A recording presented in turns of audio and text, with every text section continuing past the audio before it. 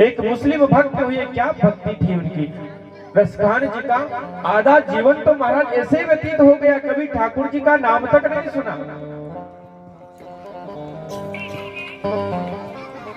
क्या एक बार जो ठाकुर जी का दर्शन कर ले, एक बार परमात्मा का दर्शन कर ले, वो फिर उसी का ही हो जाता है। ऐसे एक दादर रहमान थे मथुरा के, वो भी मुस्लिम भक्त थे महाराज, बहुत मुस्लिम भक्त हुए ठाकुर जी के। दादर रहमान अपने मित्रों के साथ स्कूल जाया करता था, और बरसाना की घटना है, जैसे स्कूल से गुजरता, जैसे ये सामने अपने आश्रम के सामने, बगीचे के सामने रास्ता है, हनुमान जी का दर्शन होता है, वैसे दादर रहमान भी गुजरते, देखते ठाकुर जी का दर्शन करता तो बहुत समय तक रुका जाता, वहां पर खड़ा हो जाता, वहीं रुक जाता, एक नजर ठाकुर के दर्शन के लिए निहारने के लिए रुक जाता। उसका भाई कहता कि अरे चलना नहीं है, अरे चल रहा हूं तो रुक तो सही, थोड़ा सा देख लेते, बड़ा आनंद आ रहा है, बड़ा अच्छा लग रहा है यहाँ खड़े होकर। नित्य क्रिया चलती रहती। जाकर के उसके भाई ने कहा कि अरे तुम्हें पता है भैया, ये हिंदुओं के देवताओं को मानने लग गया है, हिंदुओं के देवताओं की पूजा करने लग गया है, ये काफिर हो गया है।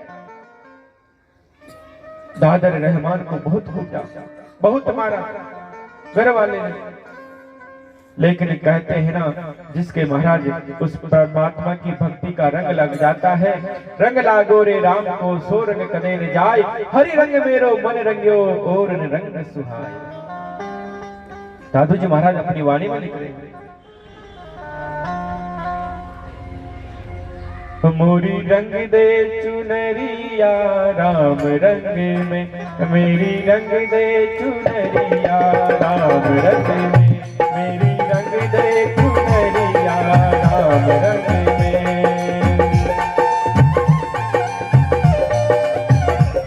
मोरी रंग दे चुनरिया राम रंग में,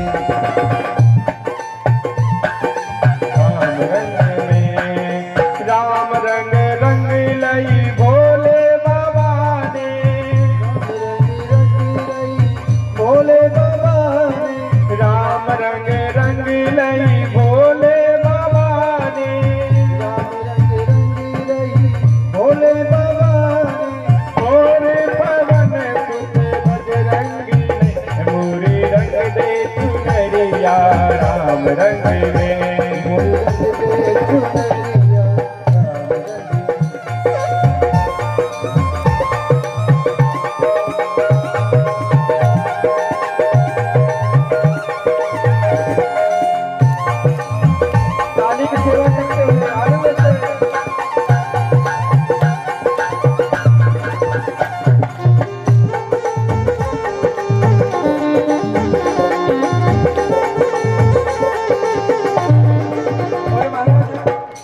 रंग में कौन कौन रंगा है? ओ सूरदास नानक दादू ने रंग लई, सूरदास नानक ने दादू ने रंग लई, सूरदास नानक दादू ने रंग लई, सूरदास नानक दादू ने रंग लई, ओ चेतन ने रंग लई महामंत्र में, मोरी रंग दे चुनरिया राम रंग में, मोरी रंग दे चुनरिया राम रंग में।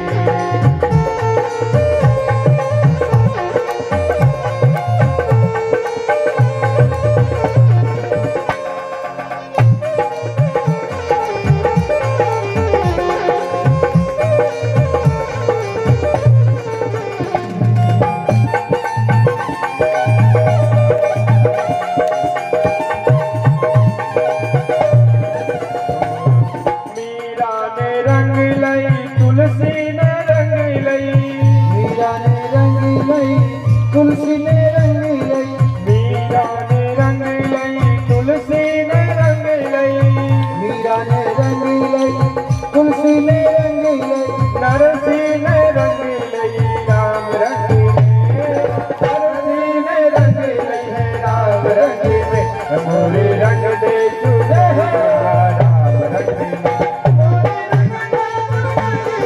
राम रंग में।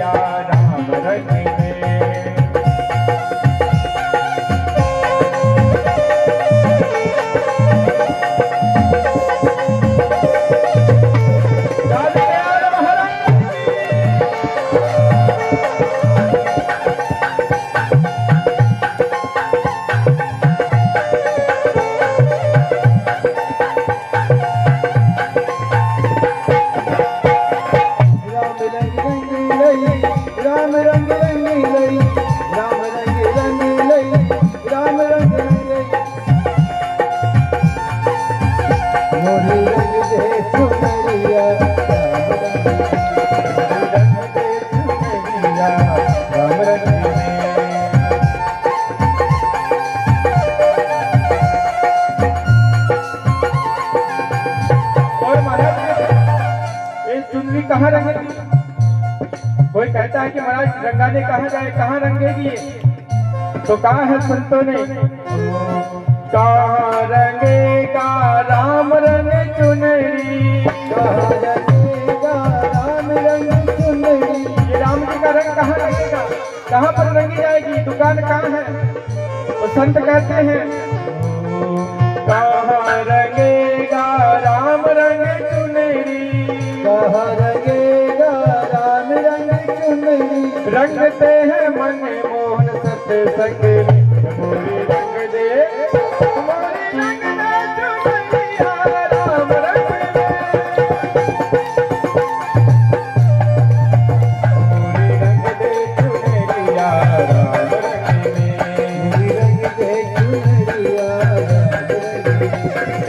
राम रंग में, दादू के रंग में, राम रंग में, दादू के रंग में, राम रंग में, दादू के रंग, मोरी रंग दे चुनरिया राम रंग में, मोरी रंग दे चुनरिया राम रंग में,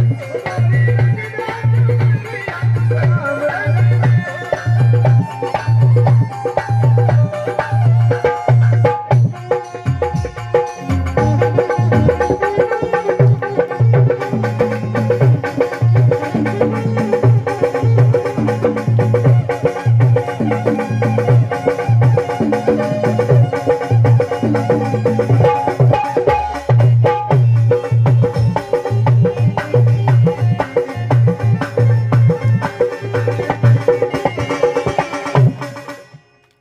दादू दयाल महाराज की, उदादर रहमान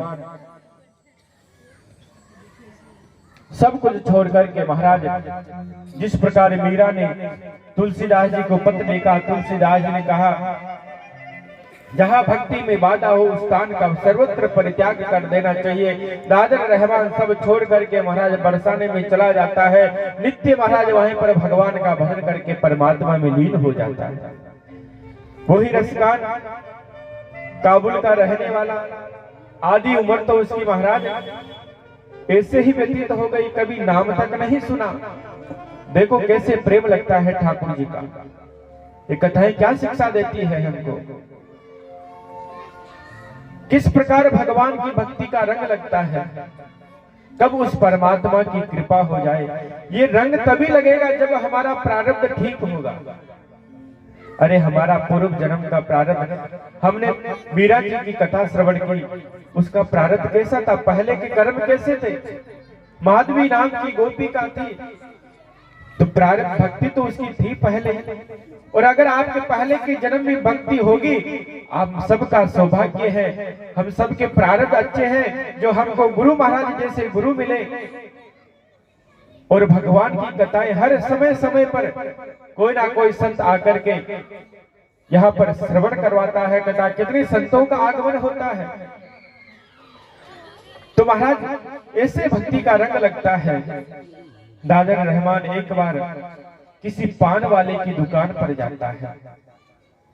रसखान जी किसी पान वाले की दुकान के पास जाते हैं और कहते हैं भैया एक पान लगा दें।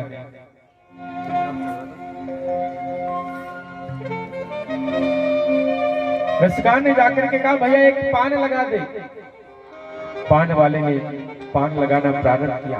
अब महाराज रसखान दुकान पर खड़ा है और दुकान के पीछे जिस प्रकार सब अपने अपने देवी देवताओं की फोटो लगाते हैं, अपने गुरु महाराज की फोटो लगाते हैं, इष्ट देव की फोटो लगाते हैं, तो महाराज उस पान वाले की दुकान के पीछे एक फोटो लगी हुई थी जिसमें कृष्ण कन्हैया गैया चराते हुए हाथ में एक लकड़ी लेकर के महाराज नंगे पैर छोटे से कन्हैया, देखा होगा आपने, खड़े थे। वो फोटो उसकी दुकान पर लगी हुई थी। और कितना भाव है, मान लो कन्हैया खड़े हैं और गौ माता मानो कह रही है, हे ठाकुर जी हम चरते चरते घास चरते बहुत दूर निकल गए हैं।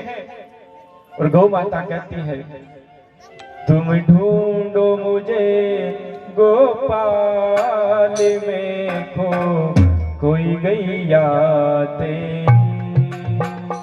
सुध लो ना मेरी घनश्याम में खोई गैया तेरी। तुम ढूंढो मुझे गोपाल में खोई गैया तेरी। गौ माता पुकार रहे हैं, गोविंद हम इस जंगल में भटक गए हैं, कहीं आप दिख नहीं रहे हैं, आप आकर के दर्शन दो। उसी प्रकार हम भी तो इस संसार रूपी जंगल में भटके हुए हैं, उस परमात्मा को पुकारते हैं, प्रभु आकर तो इस जीव का उद्धार करो। कितने जन्मों से और भटकाओगे? ये जीव यात्रा करते करते थक गया है, अब तो प्रभु अब तो इस जीवन को आप संवार दो। और ये जीवन किसी सच्चे संत के पास जाने से, किसी सच्चे सदगुरु के पास जाने से जीवन संवरेगा। आज रसखान जी ने जैसे वो चित्र देखा, एक टक महाराज खड़े रह गए। रसखान जी, उस पान वाले ने पान लगा करके रसखान जी को दिया, और रसखान जी तो महाराज उस छवि को देख करके ऐसे मंत्रमुग्ध हो गए, ऐसे मंत्रमुग्ध हो गए कि महाराज वो कब पान लगा करके कब रसखान जी को देने के लिए तैयार है। लेकिन रसखान जी तो महाराज जैसे ऐसा लग रहा है मेरा बहुत सालों से बिछड़ा हुआ मेरा कोई यार मिल गया हो, मेरा कोई प्रेमी मिल गया हो। उस प्रकार से रसखान जी तो भाव में डूब गए, भाव रूपी समुद्र में डूब गए रसखान जी महाराज। कि देखो कितना नन्हा सा राजकुमार बालक है, अरे इसकी मैया कितनी निष्ठुर है, इसको पैरों में जूती तक नहीं पहना के भेजती जंगल में, ऐसे नंगे पैर भेज दी। उधर से वो पान वाला पान लगा करके रसखान को कहते अरे भैया ले तेरा पान तैयार है। और रसखान जी को पता ही नहीं है, डूब गए उस माधुरी मुहूर्त में। कभी कभी ऐसा होता है ना, हम कोई विचारों में खो जाते हैं और कोई कभी कुछ बोल देता तो पता ही नहीं चलता, फिर कोई कहता है कि अरे कड़े खो गए तुम, कहाँ खो गया, कहाँ विचार चल रहे, कहाँ डूब गया। उसी प्रकार भक्त रसखान डूब गए ठाकुर जी की माधुरी मूर्त में। कि कितना सुकुमार है, जैसे मेरा कोई बिछड़ा हुआ यार मिल गया, मेरा प्रेमी मिल गया। डूब गए उस सांवरी सूरत में। उस पान वाले ने कहा अरे भैया तेरा पान तैयार है, लेना नहीं है तुम्हें? तो रसखान कहता कि अरे रुक जा, थोड़ा सा रुक, अभी लेता हूँ। फिर 10-5 मिनट हुई, फिर उस पान वाले ने कहा अरे भैया तेरे को पान लेना है? नहीं लेना, नहीं लेना तो जा यहाँ से, काहे भीड़ कर रखी है। और रसखान जी के तो भाव रूपी समुद्र में पता नहीं क्या क्या विचार चल रहे हैं। आज क्या पता था रसखान को कि आज मैं घर से निकला हूँ पान खाने के लिए, क्या मैं ये शरीर वापस दोबारा घर में जाएगा भी या नहीं जाएगा, क्या पता था रसखान को। फिर उस पान वाले ने डांट करके कहा अरे भैया पान लेना है तो ले, नहीं तो जाओ यहाँ से। रसखान जी ने कहा भैया लेता हूँ, पान तो लेता हूँ। एक बात बता, ये जो तेरे दुकान में जो छवि लगी हुई है तस्वीर, ये कौन है, ये कहाँ मिलेगा? कि बोले तेरा नाम क्या है? तो रसखान ने कहा कि भैया मेरा नाम तो रसखान है। अबे महाराज कोई मुसलमान आकर के हिंदुओं की दुकान पर आकर के कहे कि तेरे भगवान का पता बता दो, अपन जल्दी से विश्वास करेंगे? नहीं करेंगे। तो उस पान वाले ने कहा कि अरे कोई विधर्मी होगा जो हमारे ठाकुर जी की मजाक करना चाहता है। जब बार बार पूछा तो उस पान वाले ने कहा कि इनका नाम है कृष्ण। तो अच्छा कृष्ण है, तो भैया एक बात और बता दे, ये मिलेंगे कहाँ? क्या कहा? तो भैया एक बस इतना सा काम और कर दे, ये मिलेंगे कहाँ? इनके पिता का नाम क्या है, इनकी माता का नाम क्या है? पहले तो जाकर के मैं इसकी माता से, पिता से लड़ूंगा कि देख इतना नन्हा सा सुकुमार बालक है और नंगे पैर इन जंगल में भेज दी, शर्म नहीं आती आपको? कितना कष्ट होता होगा। जिस प्रकार गोपियों ने गोपी गीत में गाया है, जब रास कर रहे थे भगवान अंतर ध्यान हो जाते हैं, यमुना के किनारे जाकर के गोपियों ने बड़ा सुंदर गोपी भाव से गोपी गीत गाया है। जयति तेदिकं जन्मना व्रजे श्रयत इंदिरा सस्वदत्रहि तृणचूरानुगम। गोपी कह रही है श्याम सुंदर आप कहाँ घूम गए? अरे आप हमें छोड़ करके गए वो तो ठीक है, लेकिन आप नंगे पैर इस जंगल में कहाँ भटक रहे हो? कितने सुकुमार चरण है ठाकुर जी के। जो लक्ष्मी जी प्रिया प्रीतम के ठाकुर जी के चरण कमाल, जिसमें भी लक्ष्मी जी घबराती भयभीत होती है, जब ठाकुर जी की चरण सेवा करती है तो महाराज ठाकुर जी के चरणों पर निशान पड़ जाते हैं। वही भाव रसखान जी के हृदय में व्याप्त हो रहा है। रसखान जी ने पूछा भैया कहाँ रहते? कि ये वृंदावन में यमुना के किनारे बंसी बजाते हुए तुझे मिल जाएंगे। आज महाराज रसखान जी वहां से चले देते हैं। आज रसखान जी की यात्रा महाराज प्रारंभ हो रही है श्रीधाम वृंदावन की ओर। रसखान जी महाराज काबुल के रहने वाले थे। कहाँ काबुल और कहाँ महाराज? उस पान वाले ने कहा कि अरे हिंदुस्तान में वृंदावन नामक एक धाम है, वहां पर यमुना के किनारे बंसी बजाते हुए तुम्हें मिलेंगे। आज रसखान जी घर से निकले थे, घर का महाराज भूल गए कि मुझे घर पे भी जाना है, अपना परिवार भी है, कुल कुटुंब भी है, उनको जाकर के क्या कहूंगा, सब भूल गए रसखान जी। कहते हैं नावाजी महाराज लिखते हैं रसखान सीधा दिल्ली जाता है और दिल्ली से महाराज ठाकुर जी के लिए बड़ी सुंदर जूतियां खरीदता है, छोटी सी जूतियां और एक पठानी सूट। छोटी सी जूतियां ठाकुर जी के लिए एक पठानी सूट लेकर के महाराज बगल में दबा करके महाराज चलता है रसखान।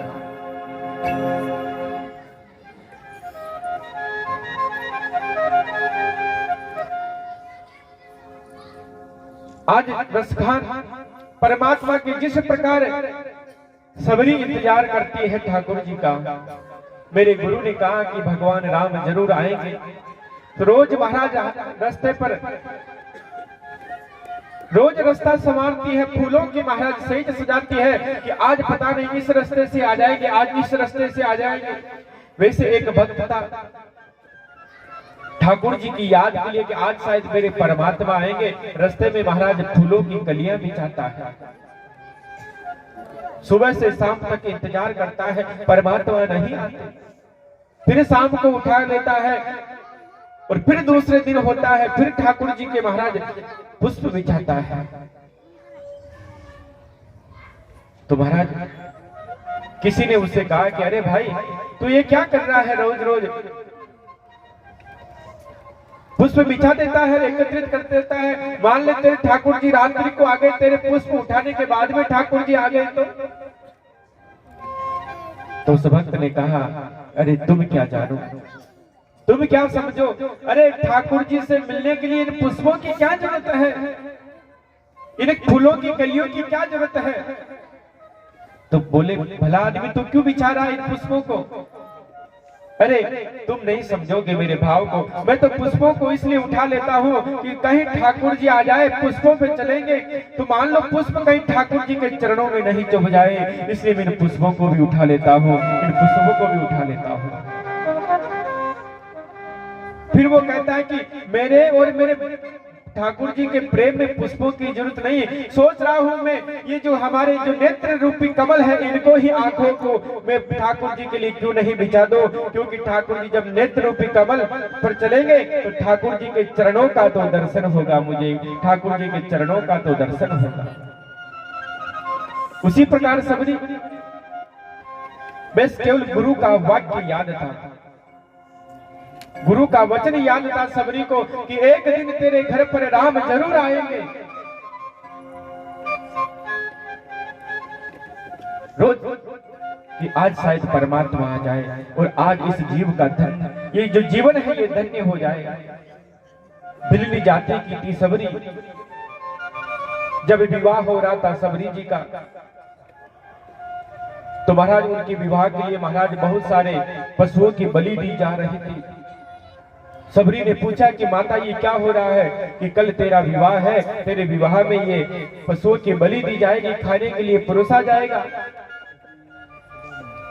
सबरी ने सोचा कि अरे राम राम, मेरे विवाह में इतने जीवों की हिंसा होगी, मैं कदापि नहीं सहन करूंगी। रात्रि को महाराज सबरी वहां से निकल जाती है, मतंग ऋषि से गुरु दीक्षा लेती है और कहा कि ठाकुर जी आ जाएंगे एक दिन, बस ये विश्वास रखना एक दिन ठाकुर आएंगे।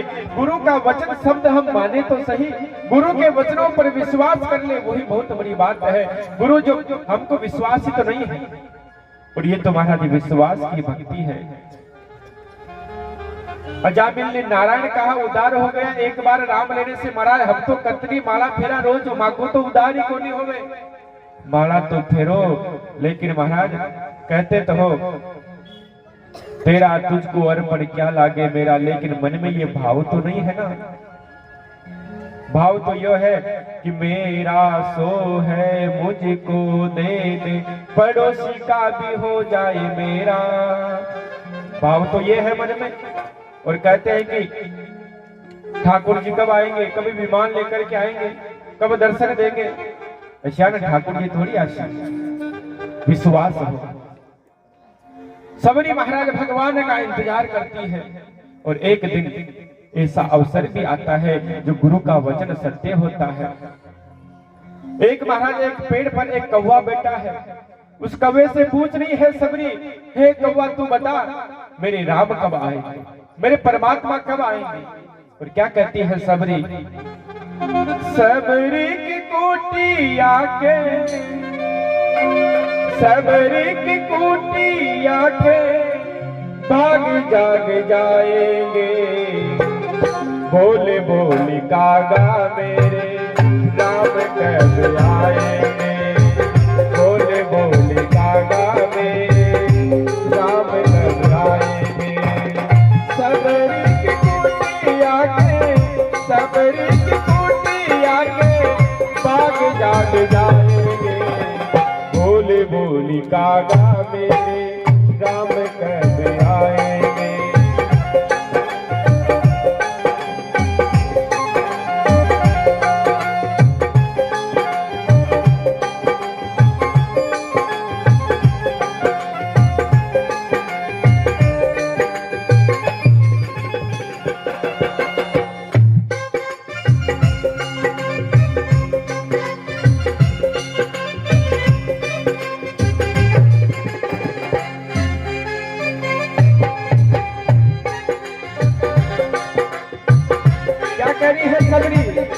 उस कवे से सबने इंतजार करी है परमात्मा को। आए नहीं राम जी लगाई कहाँ देर है, आए नहीं राम जी लगाई कहाँ देर है। चुने चुन के मैंने कब से रख दिए बेर है, चुन चुन मैंने कब से रख दिए बेर है। पानी बन जाऊंगी मैं, पानी बन जाऊंगी मैं, राम जब आएंगे, बोली बोली कागा मेरे राम कब आएंगे, बोली बोली कागा मेरे राम कब आएंगे।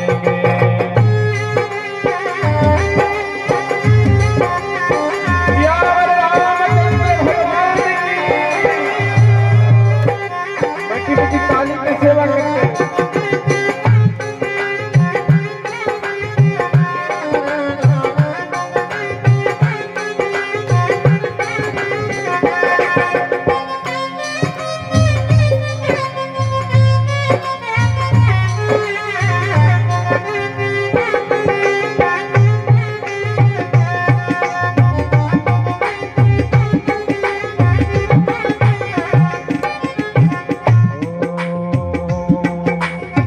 दे रे कागा मेरे राम की खबरिया, ला दे रे कागा मेरे राम की खबरिया।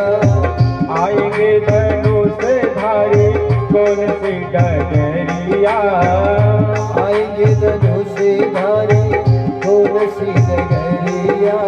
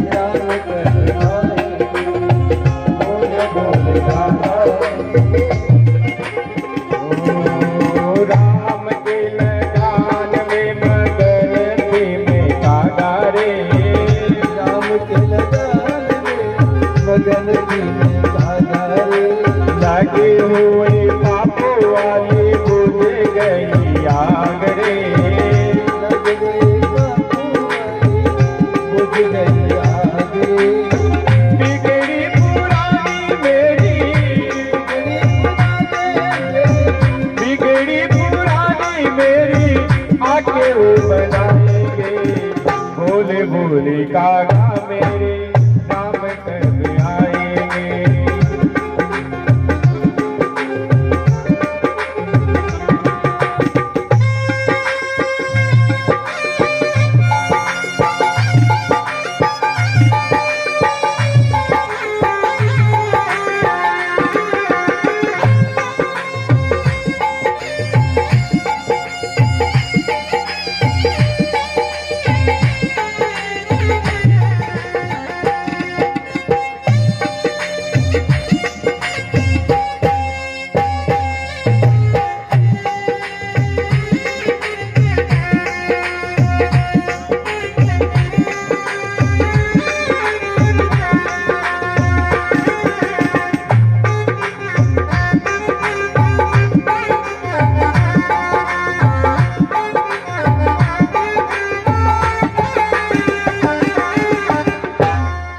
बोले सियावर रामचंद्र भगवान की जय हो।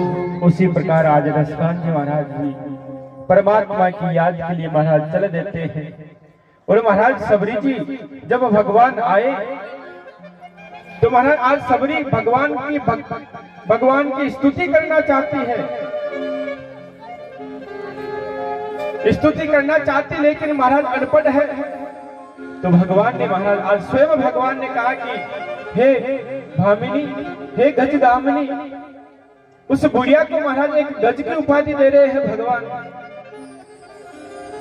मानो भक्ति कितनी प्रबल है सबरी की। और महाराज भगवान कहते हैं कि सबरी तू आज मेरी स्तुति नहीं कर सकती है, तो आज मैं स्वयं तेरी स्तुति करता हूँ। और नवदा भक्ति के माध्यम से महाराज सबरी की भक्ति की है, महाराज सबरी को उपदेश दिया है। उसी प्रकार रसकान जी महाराज भी कभी राम कथा सुनाएंगे तो विस्तार से, अभी इसी में फंस गए तो महाराज रसकान जी को भी पहुंचाना है वृंदावन। और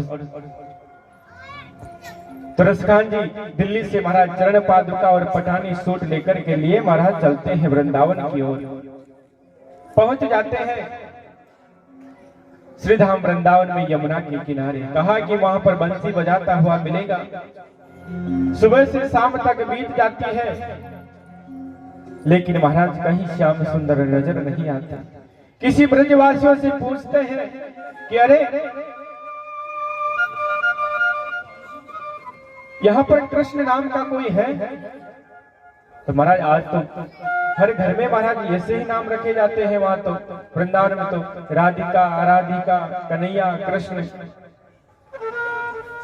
पूछ रहे हैं रसकान जी महाराज और कह रहे हैं रसकान जी, बताओ कहाँ मिलेंगे श्याम, बताओ कहाँ मिलेंगे श्याम, बताओ कहाँ मिलेंगे श्याम, बताओ कहाँ मिलेंगे श्याम।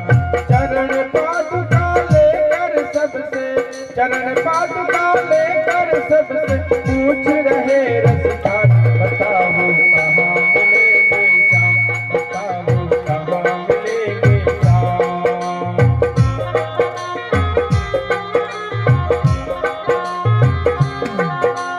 चरण पादुका लेकर सबसे, चरण पादुका लेकर सबसे पूछ रहे रसकान, बताओ कहाँ मिलेंगे श्याम, बताओ कहाँ मिलेंगे श्याम।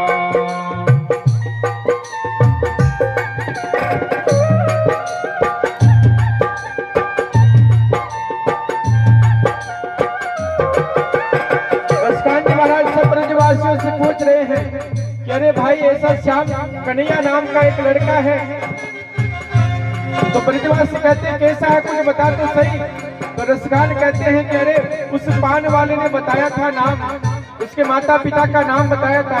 कहता है रसकान ब्रजवासियों से, वो नन्हा सा बालक है, सांवली सी सूरत है, बाल गुंगराले उसके, पहनता मोर मुकुट है, बाल गुंगराले है उसके, पहनता मोर मुकुट है, नयन उसके गजरारे, हाथ है नन्हे से प्यारे, बांध पे जनिया पग में, बड़े दिलकश नजारे, बांध पे गलियां पग में बड़े दिलकश है नजारे। कायल कर देती है दिल को, कायल कर देती है दिल को, उसकी है मुस्कान। बताओ कहाँ मिलेंगे शाम, बताओ कहाँ मिलेंगे शाम।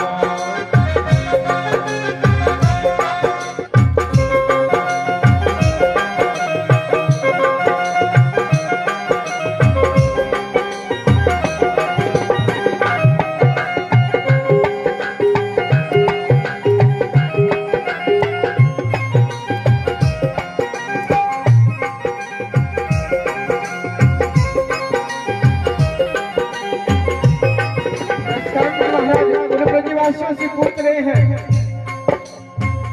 कि अरे उसका नाम कृष्ण है और उसकी मैया का नाम यशोदा है, पिता का नाम नंदराय है। तब ब्रजवासियों को याद आया कि अरे हाँ उसकी बात कर रहा है। तो ब्रजवासी कहते हैं समझ में आया जिसका पता तू पूछ रहा है, वो है बांके बिहारी जिसे तू ढूंढ रहा है। वो है बांके बिहारी जिसे तू ढूंढ रहा है। कहीं वो श्याम कहाता, कहीं वो कृष्ण मुरारी, कोई सांवरिया कहता, कोई गोवर्धन धारी, कोई सांवरिया कहता, कोई गोवर्धन धारी। नाम हजारों ही है उसके, नाम हजारों है उसके, है कहीं जयधाम। बताओ कहाँ मिलेंगे शाम, बताओ कहाँ मिलेंगे शाम।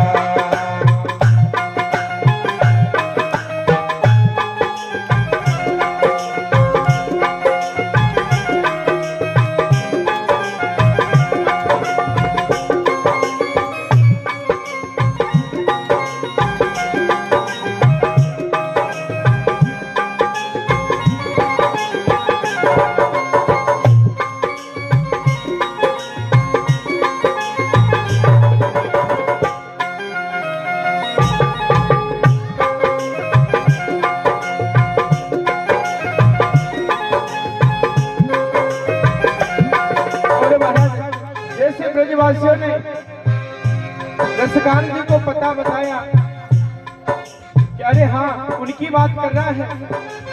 अरे वो बांके बिहारी जी हैं साक्षात जिसके लिए तू कह रहा है। और वो बांके बिहारी जी का शहर के बीच में एक मंदिर है जिसके लिए तू पूछ रहा है, वही उसका पता है, वहीं मिलेंगे वो बांके बिहारी, वो कृष्ण मुरारी। रसखान जी महाराज वहां से चल देते हैं। हाथ में महाराज जूती दबा रखी है, पठानी सूट है हाथ में, एक थाली में सजा करके महाराज बांके बिहारी के मंदिर की ओर जाते हैं। रसखान जी जैसे मंदिर की सीढ़ियों पर पहुंचते हैं, मंदिर में प्रवेश करने के लिए जैसे पहुंचते हैं प्रवेश करने के लिए, तो द्वारपालों ने रोक दिया कि अरे कहाँ जा रहा है?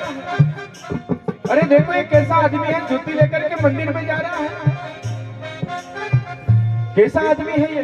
कौन है तू? क्या नाम है तेरा? तो रसखान जी कहते हैं कि मेरा नाम रसखान है। अरे तू मुस्लिम होकर के हिंदुओं के मंदिर में आया? तो रसखान जी कहते हैं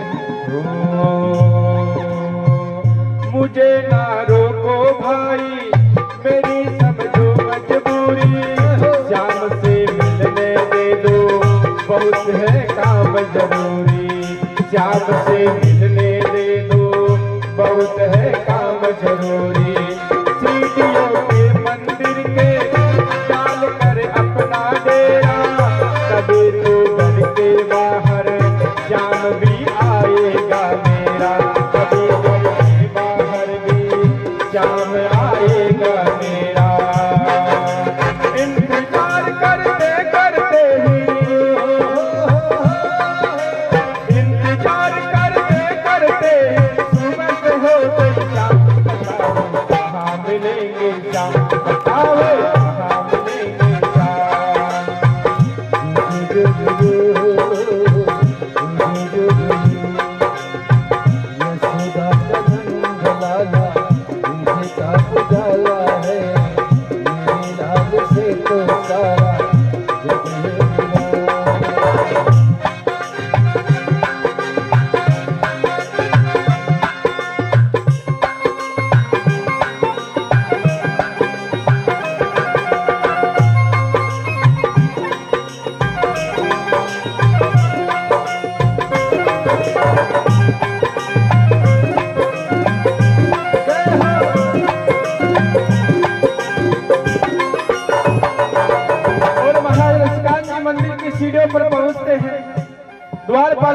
रसकान को धक्का देकर के बाहर निकाल दिया। अरे कहाँ जा रहा है विधर्मी मुसलमान होकर के तू हमारे हिंदुओं के मंदिर में? धक्का देकर के महाराज रसकान को रोक देते हैं, बार निकाल देते हैं। रसकान ने सोचा अरे हाँ, लगता है तेरे अंदर बहुत ज्यादा भीड़ है, अभी तेरे को समय नहीं है। ठीक है, मैं तेरे बाहर आ जाता हूँ, तू बाहर आएगा तब मिल लूंगा, कोई बात नहीं। तेरे को परेशानी नहीं देना चाहता मैं, तेरे को तकलीफ नहीं देना चाहता। क्या भक्त का भाव है। भक्त कभी नहीं चाहता है कि मेरी वजह से महाराज मेरा भक्त परेशान हो, मेरी वजह से मेरे परमात्मा परेशान हो। राका बाका जी की कथा सुनेंगे हम कल। नामदेव जी महाराज ने भगवान से मिलवाया राका वाका जी को, तो महाराज भगवान लकड़ियां बीनते हैं राका वाका जी के लिए। तो भगवान जब आए, भगवान को परेशान होते हुए देखा, तो नामदेव जी को रेदास जी महाराज, नामदेव जी महाराज को हजारों गालियां निकाली राका और वाका जी ने नामदेव जी महाराज को। तो भक्त कभी नहीं चाहता कि मेरी वजह से मेरे परमात्मा परेशान हो। रसखान महाराज वहीं सीढ़ियों पर बैठ जाता है। जैसे सीढ़ियों पे बैठा, सुबह से महाराज शाम हो गए, कहते हैं 6 दिन व्यतीत हो जाते हैं। रसखान बिना खाए पिए महाराज वहीं सीढ़ियों पर पड़ा है कि कभी तो वो श्याम सुंदर कभी तो बाहर आएगा। और जब भगवान ने देखा कि मेरा भक्त व्याकुल है बाहर, तो आज गोसाई जी महाराज मंदिर की आरती करके पट बंद करके जैसे अपने घर को चले जाते हैं। अर्धरात्रि होती है और भगवान अपने भक्त के मिलने के लिए महाराज निकलते हैं बाहर। जैसे बाहर निकलते हैं मंदिर के पट खुल जाते हैं, रोशनी होती है। राधा रानी को साथ में लेकर के रसखान जी के पास आए और रसखान जी से आकर के रसखान जी को आवाज आती है कि छम छम पायल बज रही है, किसी की आवाज आ रही है, कोई आ रहा है। जैसे ठाकुर जी महाराज रसखान के पास पहुंचते हैं, रसखान से कहा अरे रसखान देख मैं आ गया हूं, तू मेरे लिए क्या लाया है, क्या लाया है मेरे लिए? रसखान जी को दिख नहीं रहा है, इन आंखों से परमात्मा को नहीं देख सकते। उसके लिए तो दिव्य दृष्टि चाहिए, सदगुरु की दृष्टि चाहिए। सदगुरु की जो मंत्र बताया उसकी साधना करके तब प्राप्त होती है परमात्मा के दर्शन, ऐसे नहीं होते। रसखान को दिख नहीं रहा है कि प्रभु अरे कौन हो आप, मुझे तो कुछ दिखाई नहीं दे रहा। भगवान ने अपने दोनों हाथ रसखान के नेत्रों पे जैसे फेरा, महाराज दिव्य दृष्टि हो गई और महाराज भगवान श्याम सुंदर राधा रानी के साथ रसखान को दर्शन दे रहे हैं, रसखान को दर्शन दे रहे हैं। बोले श्याम सुंदर भगवान की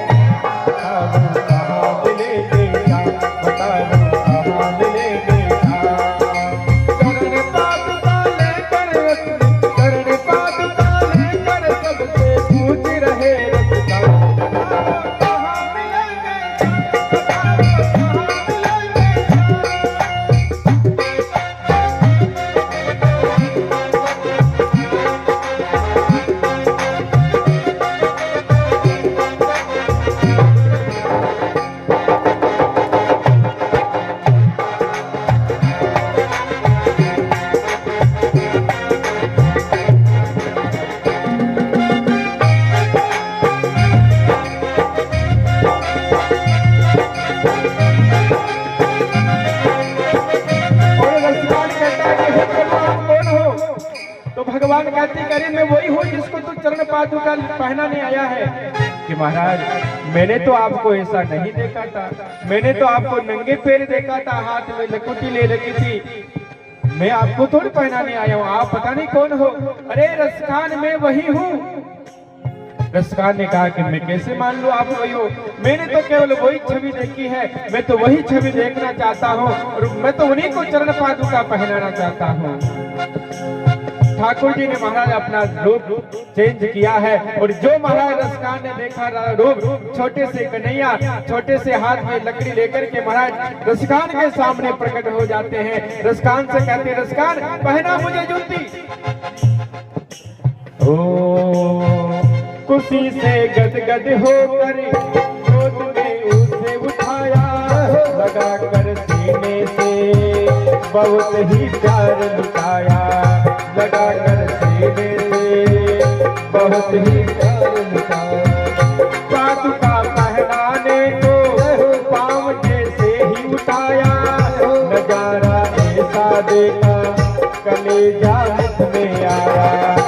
नजारा ऐसा देखा कलेजा मोह धुआया।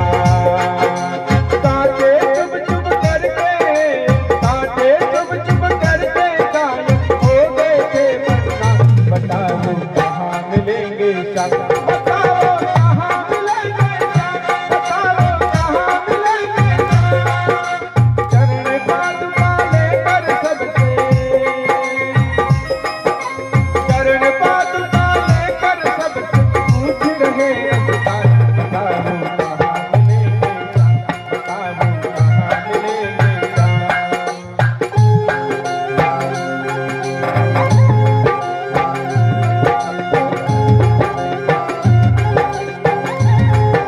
आज जैसे परमात्मा ने पाँव उठाया चरण पहनने के लिए, जैसे पाँव उठाया तो देखा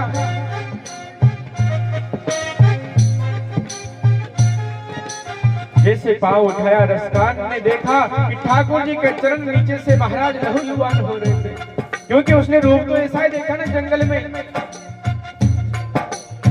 गैया चराते हुए देखा था।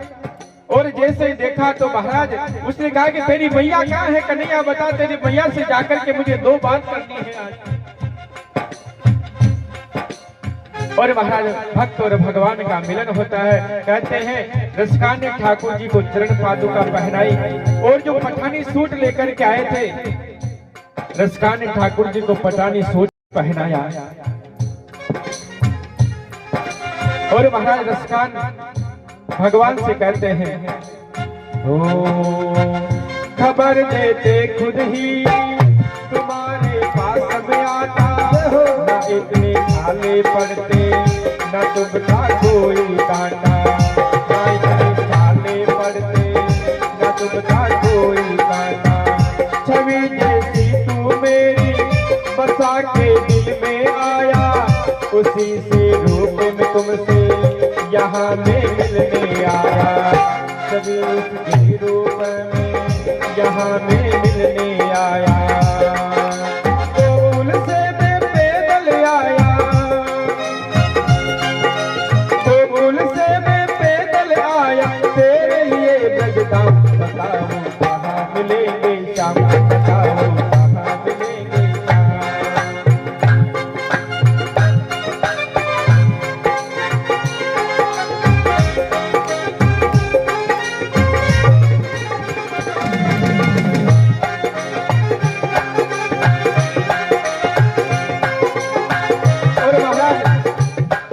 ने महाराज ठाकुर जी को चरण पादुका पहनाए, पठानी सूट पहनाया। सवेरा होने को आया। जैसे सवेरा होता है ठाकुर जी मंदिर के गर्भगृह में चले जाते हैं। अब तो रसकान का महाराज नियम बन गया कि बस ठाकुर जी के वहां मंदिर के बाहर बैठा रहता है, जो मिल जाता है खा लेता और आनंद करता है। एक दिन की बात, ठाकुर जी जैसे पूजा करके चले गए गुसाई जी, ठाकुर जी राधा रानी को लेकर के रास में जा रहे थे, क्योंकि आज भी वृंदावन में संत ऐसे बताते हैं निधिवन में आज भी भगवान का महारास होता है।